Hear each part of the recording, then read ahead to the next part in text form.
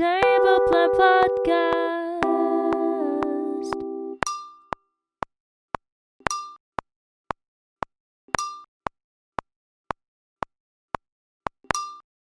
Today we are going to kick off the first episode of our GDA podcast. My name is Joanne. I'm a third year student at GDA Artes. Yes, and my name is Annegien and I'm also a third year student here. So today we will have a conversation with our first guests, VERA and AMIR.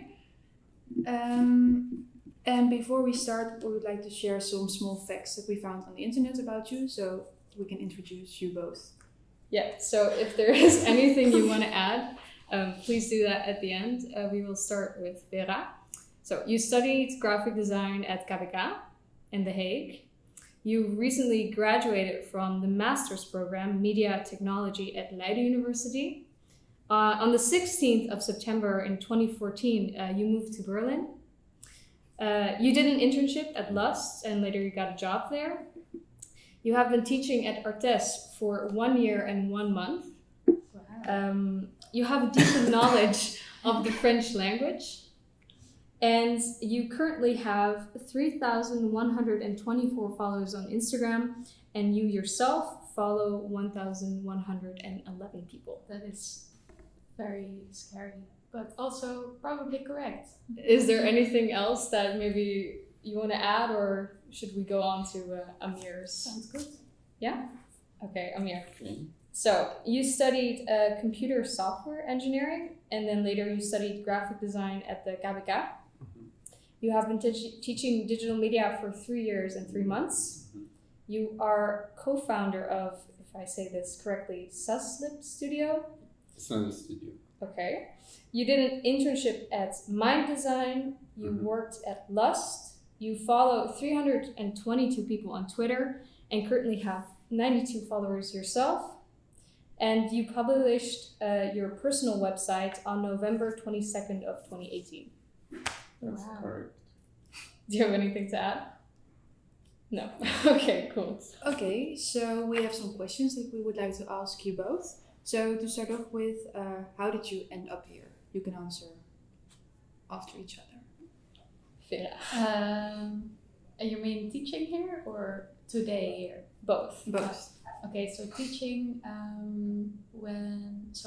was invited, I think in June 2019, so a bit more over a year, by Thomas Castro, who was the former head. And he, actually, I think Amir arranged that. So Amir kind of got me in here. He had 2 candidates for an open position at digital media. So one of them was Manetta Berends, and one of them was me. And he didn't really know how to choose, I think, who was fitting best in this position. So then 2 weeks before the start of the school year, he contacted us both and said, maybe you can do it together, which, for a teaching position, that's really unusual because already teaching 1 day isn't super much, but half a day is, in hindsight, really intense. But we both accepted anyway and actually really liked it. I mean, I think both of us, the problem is that if you're teaching half a day, you're spending more time preparing and traveling and going to meetings and actually teaching. So both of us didn't like it that much, but actually our practices both had a different focus point, which was probably good for the students. And then at the end of the year, we agreed already in the beginning to have a conversation about essentially how are we going to continue. And we had this conversation and we both wanted to continue. And then Manetta actually got a job at Beatswart the day after. So now I'm here teaching a full day. So mostly thanks to Amir actually. And how I got here today, I got by train from Amsterdam. Nice. Amir? Almost the same story. I was invited by Thomas Castro, the former head, in beginning of 2017. So that's how. And then I'm here. You invited me. Okay, great. So our second question is, how do you guys know each other? Oh, we studied together. Yeah. You were in the same like class, Same year. class. Yeah. And how long ago was that then? 8. Since 8 years ago. Oh my god, 8 years ago. That's 8 years ago, yeah. Yeah. And was it like an instant connection or? I think so. Yeah. I think in the first year, everyone was still Choosing. choosing what they liked and discovering. Like I think Yeah. both Amir and me were not really fully aware of what graphic design as a practice meant. So we were both discovering parts of that on our Yeah. own. And I think we got really close towards the end of the Yeah. year together with Gabor because we all discovered we were really into systematic design. So making systems, making rules, and with that making design. And then we got really close. And another point was that we were really interdisciplinary, like our work offline and line of work, and the pipeline that we always worked through was always interdisciplinary. And that was another common, very strong common characteristic of our methodologies. And then you also just kept in contact after you graduated and Yeah. kind of went from there. Yeah. Yeah, we worked also on school projects together a lot. with Gabor Kerkesh, so with the three of us. I think we did 6 projects or something together, Yeah, if not bigger more. ones and smaller ones. We even went to Milan together, to the Salone del Mobile, with a project that was not supposed to be there at all, because the Salone del Mobile is really about form and just having nice objects or nice, pretty stuff. And our project was really critical and very tech looking, and it just very also critical of the Salone, so they didn't like it so much, I think, but it was a really good time anyway. Yeah. And after KBK, we also worked at Lust at the same time, Lust and Lust Labs. Okay, so next question. What did you want to become when you were younger? How young we are talking? Yeah. I would say like the first like Yeah, the thing first- you remember that you wanted to be. I wanted to become a house cleaner, because I had a really sweet house cleaner who was kind of like my informal grandma. So Yeah, for me, I don't have a clear image of that actually, but it used to change time to time. So the first thing I remember was that I wanted to become an athlete. Yeah, I remember. And then I started to become a reporter and writing in newspapers, like student newspaper and magazines. And then I got into computer programming, and then I got into graphic design. So I never wanted to be something. I was always kind of very enthusiastic about doing something. I never thought about particular future or a job. Yeah, it was the same for me, but as a kid I had very clear. Yeah. Well, as a kid, I don't remember. Yeah. And so then what was your first job ever? I had a lot of jobs. So I think my first job was babysitting, because like you can do that when you're 9 pretty much, or maybe 12. But my first real job was at a coffee selling place. So it wasn't a cafe, but the place where you go to sell coffee, to buy coffee. But then I was not legally allowed to work yet, so I was working there illegally, and I was sewing cats onto teapot warmers. Yeah. Yeah, so that was my first kind of real job. And then my first official job was at Subway, where I was a manager when I was Wow. 15. Oh wow, at 15. Yeah. Was that intense? I mean, it was cheaper for them, so that's probably why they did it. No. I mean, nah. It was okay. Okay, nice. Nice. My first job was when I was 13, and I used to work with this guy who used to make business cards, design and print them for people. But then what I had to do was that doing the marketing. Basically, I would wear my roller skates and running to store by store. And then I remember that was a very cool thing for everyone. cool. It wasn't my idea. So yeah, that was my first. Did it make good money or? kind of good enough. I don't remember the money. Nice. At Okay. that age, any money, Yeah, just like can help. Yeah, small money is already big money in a sense. Mhm. Okay, so now we have some questions that were selected by both students that sent in questions for you guys. Okay. There were a few people even outside of the department who had some questions. So Yeah, so we divided them into some categories and we'll just go through each subcategory. Yeah. So we can start with the first one. What's the category? This category is GDA, so focused on this department within Artes. So the question is, what is your first memory of Artes? Do you have a first memory? I went to an open day, I think 6 years ago or something. So that was, but it wasn't in this building, was it the bank building? The Oude Kraan? I have no idea, but also close to the station. And that was when I just did my internship. I started my internship and Thomas gave me a tour. It was really nice. what did you think?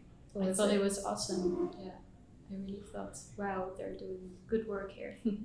No, like I'm not saying that just because of it, but I really, Because you have to now you're Yeah. teacher here. yeah, no, I was impressed. Cool. Yeah, the first image I remember was that I walked into Artes for the first time and I looked at the hallway and then I saw Thomas in the middle of the hallway running around with his slippers on and he just waved at me and then and then he gave me a tour. Yeah. So both your first impression was a tour by Thomas? Yeah, pretty much. Yeah. Okay, It's a good first impression. So you won't forget. what do you like about teaching at Artes? Maybe Amir, you want to start? Okay. Teaching at Artes particularly? Yeah. What I like, and actually I think that's kind of Thomas' heritage, is that you as a teacher are trusted enough with what you do, and also you have enough authority.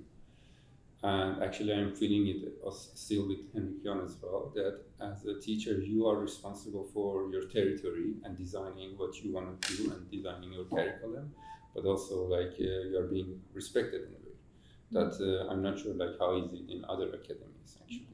Well, I don't want to talk about like that, but that is what I really like here. Yeah, I really think the students I've had so far, I mean, it's only been a year and a month, as you said, but they're very motivated. So, and I have taught at other places and done workshops at other places, and there's always some people that are more motivated and some not. And that's the same here, but I think in general, people are, like the students are really eager to work and eager to learn, and even when they're like scared of code, which is something we encounter a lot, they do try to ask, and I think that really helps them to progress. And I think the progress, like seeing someone grow and seeing their work develop, that's really the thing I like in general about teaching. That it's like, you're like this proud mama. Does it feel like that often when you see like a code or project work out? I mean, of course it takes some time, so like you cannot say that after a few weeks of classes, but I always have that feeling when you see students do their work, and even if it's not working, you just see like, oh, I had this problem once, and I know how this feels, and So you quite often recognize yourself or your younger self also Yeah. in the students here. I mean, we were crazy motivated. Yeah. I think. And that's the difficult part. Yeah. And that's always the challenge for me, that I see myself happening, like the situation, and then I immediately think of, okay, what would I have done? And the moment that you think about this is dangerous as a teacher, because you're not supposed to expose yourself or compare students with you. I mean, you can, but then the life becomes more difficult for you. So, and also it's not really a right thing to do. And that's very difficult to keep it like, just for you. Yeah. So to keep encouraging, but not force your own hand. Yeah. on students' work. Yeah. So even if you don't like it or it's not interesting to you in a design sense, like still it can be technically very well, or the other way around also. It's a combination, I guess, the department and the students, that there is not really one way of thinking being kind of pushed Forced. through or forced. Yeah. That you see in a lot of other academies, that there is a top to bottom kind of politics coming, and that's really like becoming an issue. Yeah. But I haven't seen it here actually. No, and also I think, for instance, the way, when the quarantine happened, of course it wasn't like handled perfectly, but I do think what was really nice is that we as teachers just had the freedom to also say, well, we cannot expect the same amount of work, so we can just change the assignment, and it was totally fine. And I think that is very special. Okay, so what are the main differences you have experienced between ArtES and the KBK, where you studied yourself? Well, from a student point of view, I think KBK is more intense in terms of quantity and diversity and the pressure. Yeah, the pressure. The pressure is just. And that was when we were studying, so. I hope it's fixed now, but when we were studying, the pressure was. I think we would have 4 to 5 hours max. Yeah, we didn't sleep so much. I mean, for me, it was the routine that I don't sleep. So it was way too high, the pressure. Way, it's not. Yeah, you and Guy were always pulled all-nighters. Yeah, every second night at least. Yeah. In order to be able to deliver. Yeah. But we were also like our bar. Yeah, I mean that was not just the school. I think. Yeah, no, it was us as well. Like we were kind of workaholic. But no, I think the pressure. If you really wanted to stay in the league. Yeah, I did sleep. I only pulled an all-nighter once, and that did not end well. I ended up laughing and crying at the same time during my presentation, and I was like, "Oh no, okay." I this is remember not your working. graduation, like couple of weeks your graduation, you were with us, and we kind of convinced her to keep going. Yeah, I was done. I was not having it anymore. And what was like the project you pulled the all-nighter for? That was a project for the Chamoun student exhibition, and I worked together with Victoria, Vika, and we made a website where we hand traced different ways to divide Europe, so not just countries but also by GDP. I don't remember that but we hand traced all these maps because the projections were different, and we had to fit them onto one card, and then we made SVGs out of them, and then we had to put them in a website. And she also pulled all-nighters sometimes, so she was just still at my place working, and I was like, well, looks like we're just gonna stay up around 4, because then you have like 3 more hours. So. I think we should move on to the next field, which is the field of graphic design. So we're zooming out a bit. Yeah, we'll make it a bit more general. So you can do the first one. Get the next question. Ah, yes, this is a nice one. Have you ever cried because of coding? No. Yeah. Never? Not because of coding, but because of that something really wasn't working. But it wasn't my code necessarily. It was just this was for the thesis project I did, the Can album art I showed you last week, 2 weeks ago. Then there was a point that the computer was crashing the whole time. And that was the moment I was just like, I don't know, what else do you want from me? I bought the GPU, I did the scraping, I spent 2 months and it's still not working. What do you want? And then after a nap, it was okay. Yeah. But never from code. No? No. I think many people have cried. Yes. Coding. Really? Yeah, I think I've seen it. Oh, no. Wow, that's. And maybe also because of then just a busy period before school, so they are already a bit more under pressure. But I think people did cry in this department. That's not good. We shouldn't stand for that. Yeah, but I think it's also, it's just a very hard yes or no if it works. And then there's no slow progress in coding, in a sense, like no visual slow progress. So if it's just not working and you constantly get errors, and even though maybe some errors are kind of better errors than other errors, I would say, I can kind of imagine the constantly not showing what you want. I love that this was under graphic design, by the way. Yeah. The coding question. Yes. It's great. Okay, so let's do another one. This one is for Vera. How do you feel about being a female in a rather male-dominated field? Or is this maybe a wrong assumption to No, it's make? a good question. I think it feels more important to also speak up if I don't agree with something, but it is a bit mixed because in a way, like the design field, I feel it's more female dominated, especially younger generations. There's just more female students, which I think is great. And what I was always worried about during my studies at KVK is that there was this disbalance between the amount of female students during the studies and in the work field.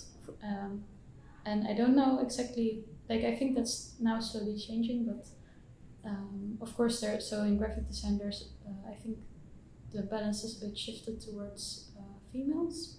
But in the more, so for instance in my master's program, we were at the mathematics faculty and then it's just like 90% male. But yeah, I find it really important that changes, or at least, that there isn't any discrimination in my classes, or I mean that doesn't happen here at all, but that there's also a platform for women, or actually also any other now currently minority that wants to program, because it shouldn't matter at all. Yeah, I haven't really noticed some or experienced, probably because I'm, but I've been working probably with same equal number of female designers and men designers, and also in terms of interaction design and creative coding. I have seen. I think I would say in terms of programming, when it comes to programming, It's still a bit more. it's a bit more towards men, but there are still. But I also feel, for instance, sometimes I also feel in a way guilt because I've been invited then to some to do a presentation somewhere and show my work, and then I found out afterwards it was because they needed more women on the, which is in a way it's good that they have this platform, but then for me it's really hard to not think like, oh, so it's just because I'm a woman. But I think it's good that this is changing, and I just hope that that will become very normal. I'm also very optimistic about in that sense. It's especially generation by generation, it's better and better, I would say. Yeah. Okay. This is one for both of you guys. What is the role of digital media in the future of graphic design? Is it going to be more prominent? Is it going to disappear? We should probably give a better define Digital media. For me, digital media is not really. I don't know. For me, digital media is designing with digital media or whatever is digital. But it's But, InDesign, for instance. That's a software. Yeah, that's also software. So for me, it's not really like clear what exactly we mean by digital media. For me, I define it as more design and creative technologies, and combine them together and create new things. We talked about this definition because we were making this new modular system, and we came up with. I'm trying to remember the exact points, but I think so. One of them was working in the digital realm, but also really understanding the tools that you're using. So, I mean, we're not focusing on learning to do InDesign, but we are focusing on how can you make a design tool yourself, for instance. So there is a part of it that is involving coding, but that's not really the main goal. And then I think the third one was problem solving. So learning how to, if you make something like that, deal with errors or happy accidents, and not be discouraged by that, but enjoy the process. Yeah. So, I think that's the essence of it. And also, as designers, you should know the technology, particularly computer technologies and IT in order to kind of not be I once said program or be programmed. So if you really want to work in a field as a graphic designer, you at least need to know the basic knowledge of what is this technology, what is this ongoing technology, how to control it in the future. I don't know. Yeah, well, we don't know, but it's still like there are topics that every designer we are involved with, like AI, machine learning, I don't know, augmented reality. Web design, it's kind of getting even old nowadays. So would you then also maybe in your lessons start to focus more on AI? As it might be more future thing? Well, creative minds should also be aware of this technology rather than running behind it. Because if that happens, then we are dealing with this dystopian kind of mentality that technology is bad and is worse, and let's just We're being governed. put it in the box. While we can also use, I mean that's a cliche, but technology is like technology is to make tools. Can be used for bad or good. The modular system, we also really try to accommodate that there is flexibility. If there's a new technique, for instance, we also think VR or an AR class would be really good. We are both, and Danny is not either. We're not at all skilled in that. Like I know some, Amir knows some, but we cannot teach an entire semester. So we are still solving that, but we're trying to at least make space for it. So that I think I mean graphic design also was in the early days of computers was also really ahead of the curve, you could say, in the sense that graphic designers started using computers earlier than just a general PC user. So I think it's good to keep it like that. Yeah. One more? Yeah, we'll do the middle. One. Who's your favorite artist or designer? Do you have one? Or maybe multiple. or a lot. I mean, or maybe just name the first one that pops up in your mind. I really like. I always like to show the work of Sol David because it really stands at the basis of generative design, for instance. So I think that's always a good example, and also it looks really nice. And I also really like the Fluxum movement and Wim T. Schippers especially. He's the voice of Ernie in the Dutch Bert and Ernie, and he also produced the science show for children yearly, and he made a peanut butter floor, and he's just generally like a person that I think is really great. And in terms of design, so really I really admire Laura McCarthy, for instance. She made the P5 Chess library, and she also makes her own work next to it. Well, the first one popped in my head was Henry Moore. He's a sculptor, like modern sculpture. And then, of course, Solveig. I also like him. That's also one of the things we we grew up with.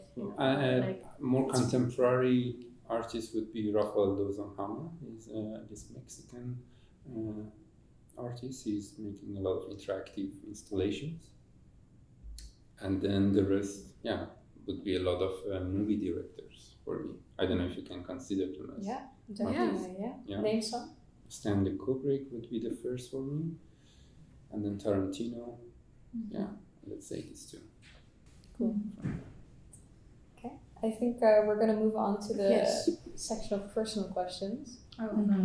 These are mostly from the students in the departments who have written them down the past week. A few through the Instagram channels. Yes, I can. I like already the introduction where you just found all this stuff on Google. It was really confronting.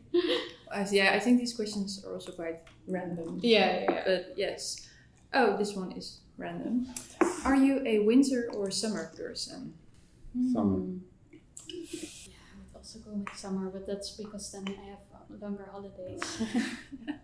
I like winters if it's sunny. What? I like winter as well, but So cold and sunny. Yeah, that sun. Yeah, as And long it's a as sun strange is. combination. I like spring and Well, autumn as well.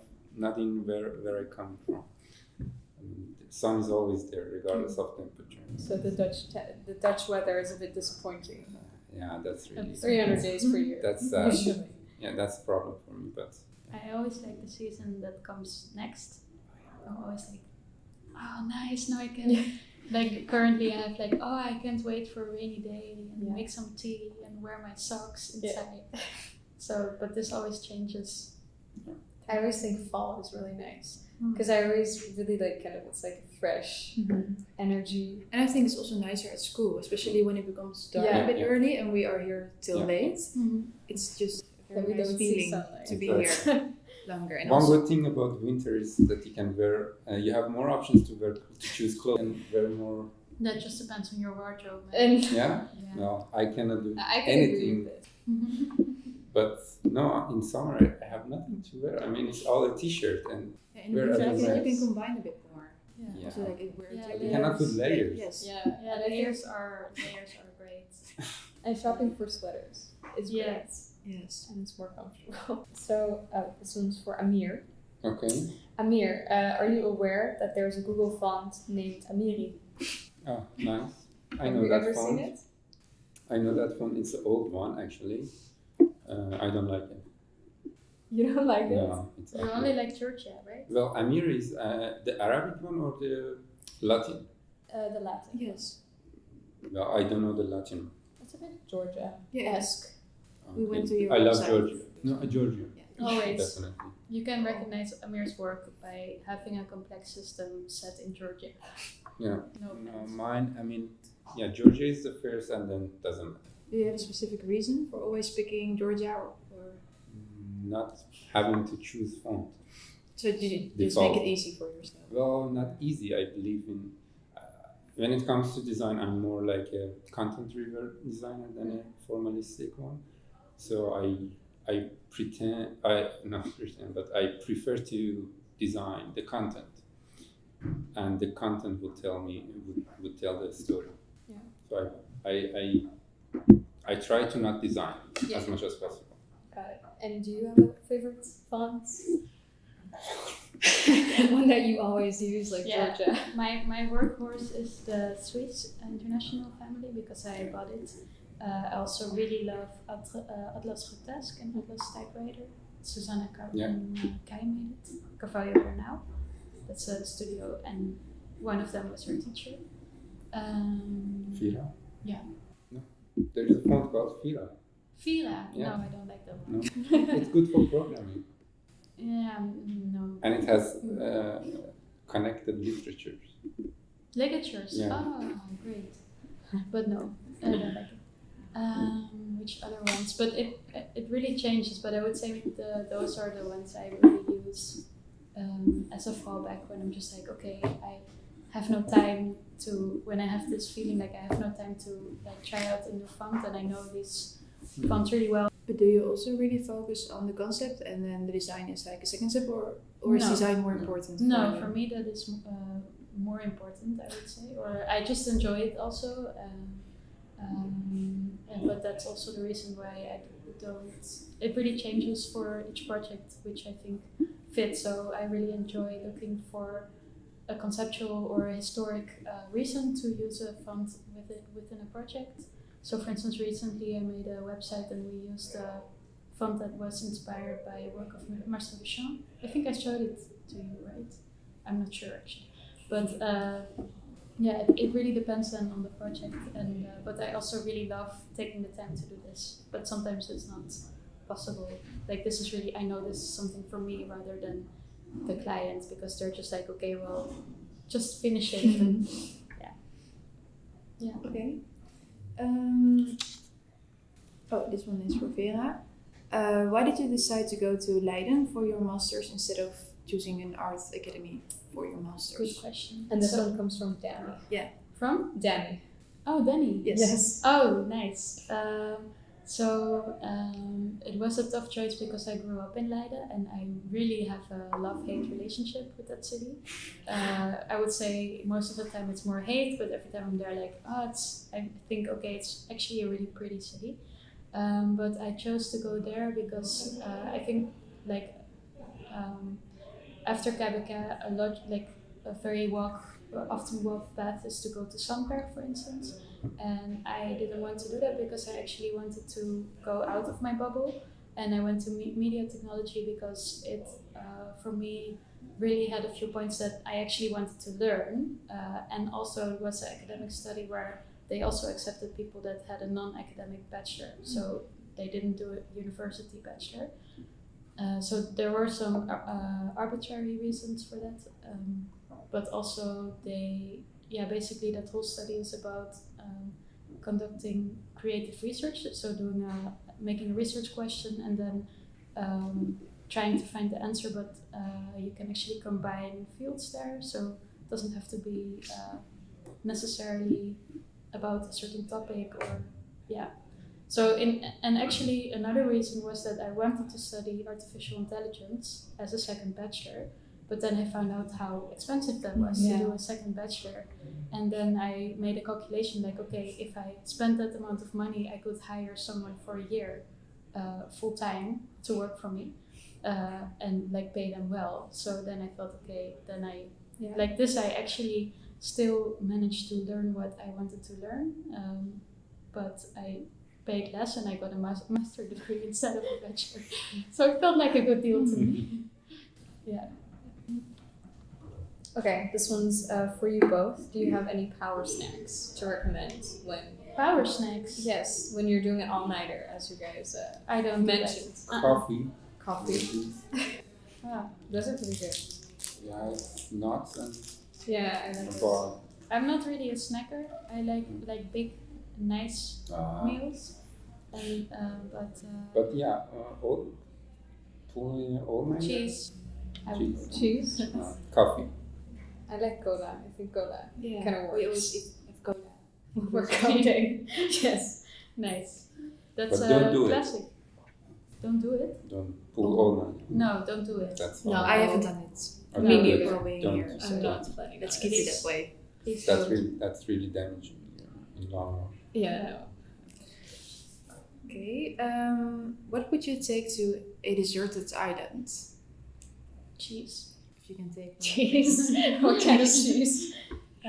No, I like to answer that because there's so many cheeses. So then, like, if I say cheese, I just have, like, if I All can the take cheese. one of each of the cheeses, I have enough. Yeah, it will probably expire really fast with all the. But do you have a favorite type of cheese, or No, it's just changing? it changes. It changes. No, I don't know. What could you take? I don't know. Potato. You can make a potato plug, but you don't have Yeah. all the electronics. What? A potato plug? I think I would take a very long book, so that I don't go crazy. But Yeah. depends. Is there food there or not? What are the conditions on that? Okay. If we say there's food, Yeah. So If there is food and there is no electricity. No. Oh shit! I will take a. Generator. I will take a knife. Then I can make things. That's true. Yeah, that's a great. It's a good idea, probably. But you could also make a knife, probably. I don't know. No, that's That's difficult. hard. Yeah? You can make hammer, but not. No. You've I tried tried it. You already went to this island. Nice. Okay, cool. This one is for Amir. What is your fascination with CMS? Maybe explain Campus for me management CMS system. Yes. Yes. There is not really a fascination. It's just happened that I have had a lot of projects that I had to design CMS. But the fascination probably come from the kind of, since second year, I started to develop a passion towards content than visuals. And I was really fascinated working with text and the way how we produce content, text or image basically, and how we manage this and how we put it publish this content, etc. And then eventually my graduation project was also about how to consume and produce content. So And you almost failed, even though it was a genius project. yeah, they didn't like it. But Well, it wasn't okay. designed. It wasn't It designed. was in Georgia, just a system. Yeah, it was a software. Right. It was a web browser. And no, so that comes from there. So when we talk about content, how we produce content, how we publish content, basically we are talking about CMS, which is Content Management System. Yes. Check. If you could build any robot, what would its function be? Any robot? Any robots. Damn, so much power. Cool. That's a nice question. When I was a kid, I would probably answer a car. A car? Yeah, I don't know. Is it a robot? Yeah. Yeah, I guess. Depends on your Yeah. definition. but I'm not sure anymore. Oh, Something that filters CO2 and converts it into something. I don't know. I wanted to say a chef A or chef. a cook. Yeah. Nice. Oh, but I like. But I like cooking. Yeah. That's the thing. But then when you're tired, you get home and Yeah. Yeah, well, we I actually don't know. have another question, which is for you about cooking. Amir, can you tell us about your famous recipe for eggs in tomato sauce? What? What the heck? How did you get these? This could probably come from two person. I'm pretty sure, either Martijn or our intern, Ada. Ada, because they are the only ones, That know or my about this? wife. So like these three only knows about this tomato thing. I didn't know about this. Okay, you first chop the onion, you fry it, and then you add tomato. This, and then once they're fried a bit, then you add eggs, and then salt, pepper, paprika powder, and garlic powder, and then it's ready. I thought you would just end at egg. It's simple, but it's good. And how has You know, this become? this dish is the one that I make Saturday mornings with my wife when we want to have breakfast, and then on Tuesdays in office when it's my lunch day. And it smells delicious. It's just good. It's just good. And you made it up yourself, or? No, is I it- think I think it's a street food in Iran. Do you have any secret recipes, Vera? Well, No. who asked that? We'll tell you afterwards. Sorry? Should look it up, I think. Yeah. I know who. Okay. You just name some names and I know who. Okay. Okay. And then we have one more, I think, finishing up question with the personal ones. Vera, what is the best place in Holland to hike? In Holland. That's difficult. I would say. So there's like in the north of Brabant, there's a really nice area around the rivers where you can walk along the river. That's really nice. It's really flat also. I actually like hiking when there's more hills, so that's kind of a problem here. Where do you go to hike then? If you want to go to more hills? I really often go to in Belgium to the Kanthoutse Heide, and that's really nice because it has a little bit of. It has a lot of different types of landscapes in a small area, so you can actually walk on some. Of course, there's heather, but also then some more hilly parts, some more dunes. So that's really nice, and I really like. There's also some areas around Utrecht that are really nice to walk. Yeah, but I prefer like mountains. Have you tried hiking here in Arnhem? No. We have hills here. Oh, actually, close to Arnhem, my mom lives in Gulsbeek, and so I go hiking around Bergendal with her. That's also very beautiful, very pretty. Okay. So then we have still 2 ending questions. Yes, just to wrap it up in a nice package. Shall I do the first one? Yep. Okay. What would be your number one advice for a person that does not understand coding? Don't give up. Yeah. Don't give up. Find the reason why you need to learn coding first. And then, what can we expect from you guys in the future? Do you have any projects? Are you staying at Artes? What? I'm going to Vienna next month Nice. for a month, so I will teach online then, and I don't know what will happen after that. Yeah, it's going to be about this startup I'm starting, Sasrip, and soon there will be an app release. Cool. And it's about, it's a tool for book lovers. Nice. Okay. I think that is it. So, Thank you. yeah, thank you Yeah, guys thank you. lots. That was easy. Yeah, it was fun. Were you Nice. worried? No, I didn't know what to expect. Okay. But that was really nice. Thank you. Oh, great. Thank you. And hopefully also the students that listen to this will get like a better image Yeah. about you and who you are and Your egg recipes and stuff. Cool. exactly. Thank you. Well, Thanks thank for you. listening. We're late. Bye. Thank you. Yeah, thank you.